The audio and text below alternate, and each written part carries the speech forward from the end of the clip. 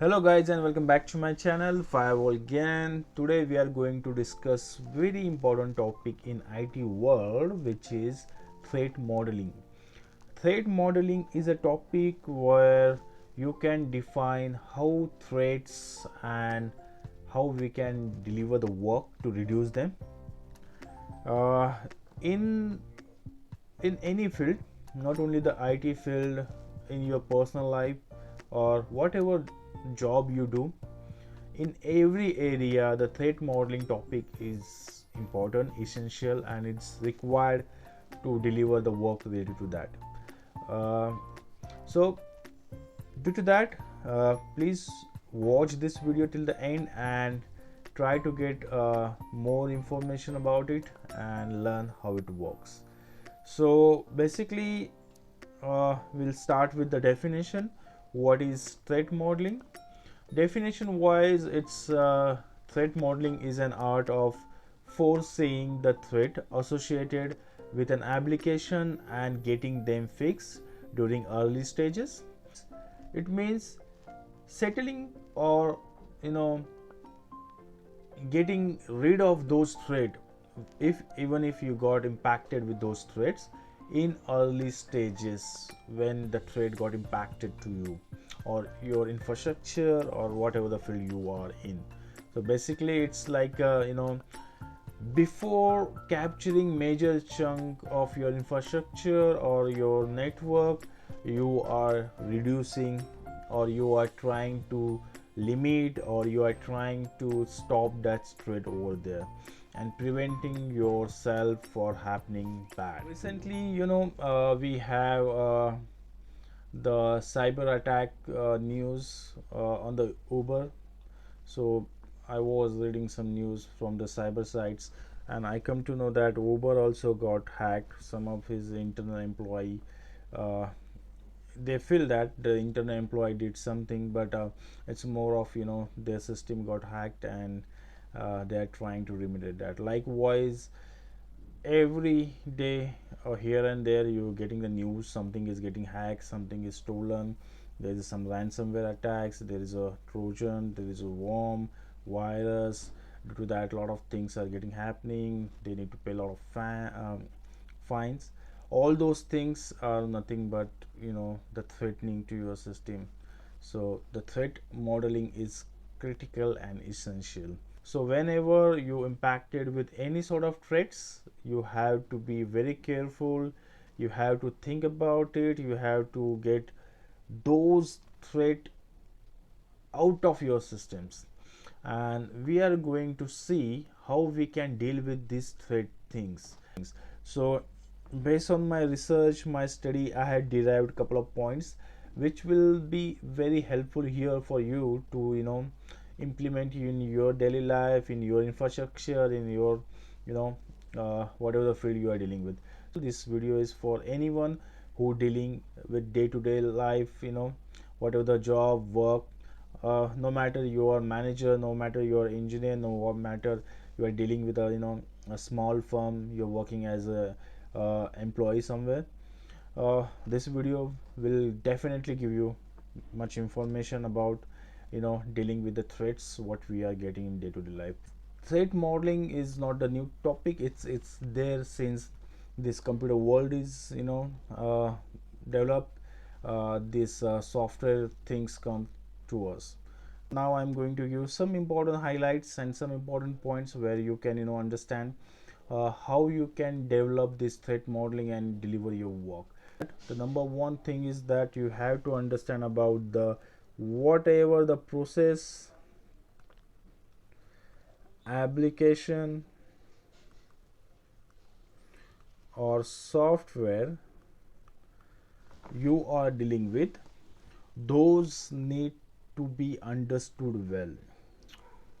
What that means, consider you are a product based company or you're dealing with some organization where they have some softwares and you have to take care of those softwares in terms of the network security.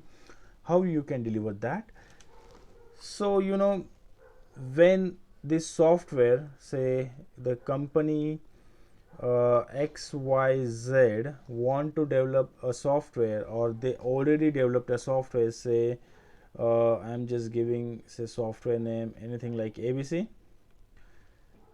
This software entirely how it works, you should know about it before doing the threat modeling, right? Why that is important? Because you never know how the hacker will think, and they will get compromise this software. So basically you need to understand how this software work internally. I mean, the once you log in for this software, how this software behaves, and how this software work for the external world. I'll just explain you how it is related. So let's start with the external world and external thing. Whenever we try to communicate anything to the outside world, we know all it works based on your you know the IP addresses, your ports, whatever the application you have defined, the suitable OS and everything. You need to know about this, like how this IP address, this ports, going to be communicate to the outside world. So if you are assigning some sort of public IP address for having the software communicate to the outside world, obviously you need to understand whether that public IP address, uh, how it can be reached by the outside world people. I mean, whenever someone is trying to hit to this public IP address, you need to have some protection for that. Then the port, which ports the software is going to open to have a communication for the software. So the ports restrictions are also important. Likewise, internally, once that software is launched, how that software is behave to communicate internally. I mean, whatever the application you have with respect to that software, what how those applications behave, what are the small chunks of those applications are trying to communicate to the outside world. Is there is anything which giving you alarm for the in any sort of the malicious activities? At least you know not the 100%, but at least you need to know 60-70% functionality of that software, how it behaves internally and externally.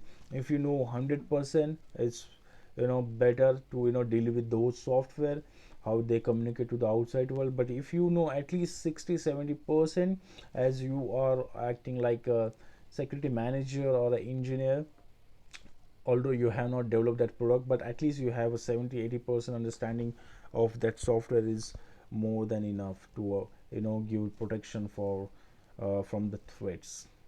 Okay, the number 2 point, how you can define the countermeasures.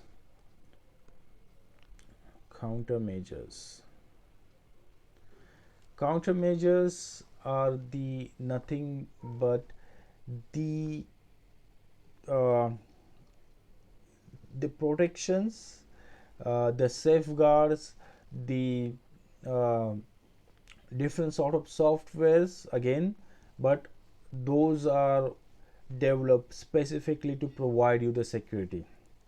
So the best example of the countermeasures are firewalls. So basically what firewall do, it gives you protection from you know blocking the traffic which is not legitimate, or define the rules for allowing or denying whatever access you need to have for say your infrastructure. So if you have a software developed and that software is installed into some sort of servers, and those servers defined into your internal network or the DMZ network, then to protect that software and that server, you need to have some sort of countermeasures, and the countermeasures is nothing but your safeguard. So you need to understand what countermeasure is suitable for my particular software. For example, consider the software which dealing always to the outside world, and it require all the time the communication from the outside world. For example, say Amazon is always need to be accessible for external users like you, me. We need to log into the Amazon and then we need to do the shopping over there. I mean, that is how the business works. So that site is accessible, but however, if some malicious things happen over there, there's a lot of business loss will be happen, right?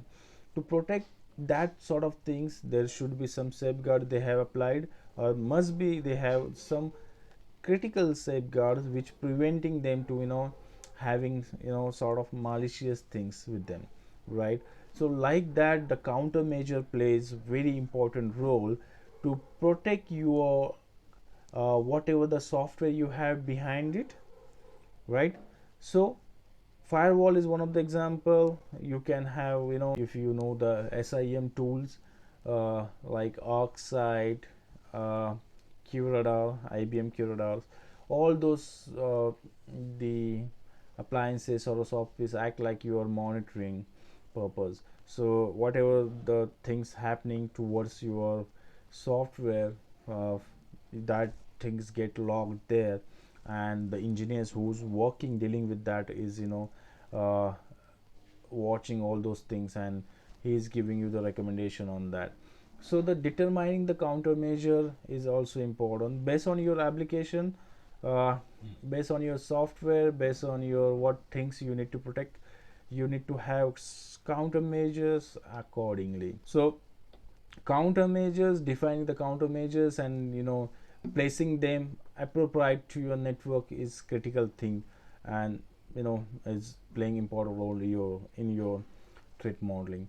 And next, number 3 is your threat analysis. So now you have uh, countermeasure in place, you have defined the software, you know the software well, you know how the software is act to the outside world and the internal side. Then you, based on that, you have the proper countermeasure in place. Now the next thing comes, which is threat analysis. Threat analysis is nothing but whatever the threats are hitting towards your software, that's get protected by the countermeasures, but provided you have to think on that why those threats are hitting to your network, what are the loop they are trying to enter your software for doing the malicious activities. Though loophole, although those got protected by the countermeasures, but that is got logged somewhere, right? So you have to think on those loopholes, and again you have to come up with the plans and design more complicated uh, ways for the hackers to deal with those sort of doing whatever the malicious things they are dealing or doing, right? So threat analysis is nothing but the analysis of the threats which are hitting to your network, although those are blocking, as I said, but you have to analyze what sort of threats are coming towards your network. So threat analysis is the last stage where you have to understand uh, how and why, right? uh, Although having all those things in a place, there may be some residual risk, maybe you don't know about it, but doing this threat analysis, you will understand what is there as a risk for you. So on your analysis, you can deal with those things, right? So this is what basic 3 step you need to keep in your mind when you're dealing with the uh, this is an example. So this is a sort of use case. I just wanted you to clear up your mind a little bit more about the threat modeling. So consider this is a website. So this is a XYZ website you have created for say uh, doing some sort of sell purpose. So you are selling some software, right? And this website access is for everyone, right? This is your internet, and these are the world who is trying to buy your software from this. You have some countermeasures here, and for now I'm just giving an example like a firewall. And again, you have a lot of internal tools like SIM tools to deal with all those things. So consider you have a legitimate user, say A, who purchased your XYZ software, and now he want to uh, try to log into your software, and the way he log is using the internet, right? This is the way he have to log into your software. So very first stage what comes in mind is like authentication, right? So how you can give the authentication to the user, and there's doing the authorization. Authorization is nothing but what software he has purchased and what rights he has to have this software functionality with him, right? So having this functionality plays well, you have to define those things in your firewalls or whatever the authorization or authentication software you have for dealing with all those things, right? So in threat modeling, you need to have these countermeasure decisions based on your whatever the requirement you have. For example, in this example, you only have the authorization and authentication part for the users, right?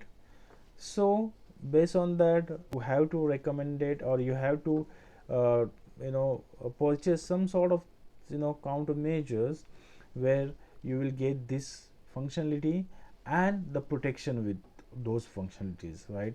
So for example, here the firewalling will help you, plus the SIM tools will help you to understand these things and get those things get monitored and protect, right? And you can also have some sort of other countermeasures who will give you more authentication authorization fill in secure way, like a Cisco eyes, like that, right? So this is how you have to think when you're dealing with the threat modeling, right? This is a simple example I wanted to give, but you can have many more examples where you will define the threat modeling. So I hope this video you found informative, and thanks for watching this video, and have a wonderful day.